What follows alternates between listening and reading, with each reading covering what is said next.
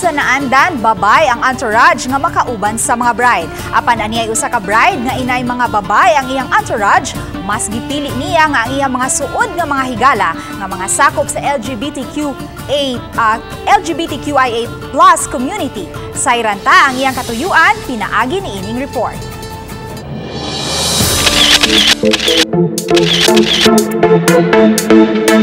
Mas nahimong sadya ug memorable ang prenup photoshoot nining usa ka bride gikan sa Mantalongon, Dalagit, Cebu tungod sa makadapit atensyon nga mga entourage. Kung sagad sa makasal, babayi ang himong entourage sa bride, si Rhea Christine Inalin mas gipili nga makauban niya mga higala nga miyembro sa LGBTQIA+ community. Kauban niya mga suod nga mga higala sa maong komunidad, todo aura atubangan sila sa kamera.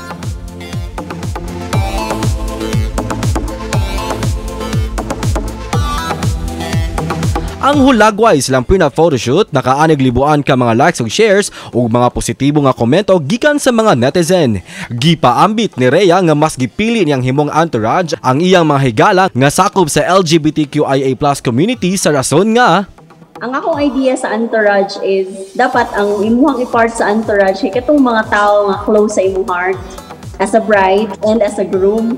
And it turns I have lots of gay friends. And then on my mind, why not? Instead of having bridesmaids, I will have bridesmen. subay sa pagsaulog sa Pride Month, gusto usab niyang ilhon ang mga LGBTQIA+ alang silang kasadya nga dala sa katilingban.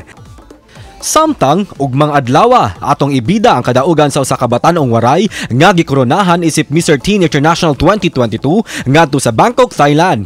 Busa ayaw si Piata sa pagtan-aw matag alas 8 sa buntag sa inyong kapari sa pamahaw matag adlaw ang GMA Regional TV Live. Kauban si Clans Gabutin, ako si Marco Jabella. Balitang Bisdak.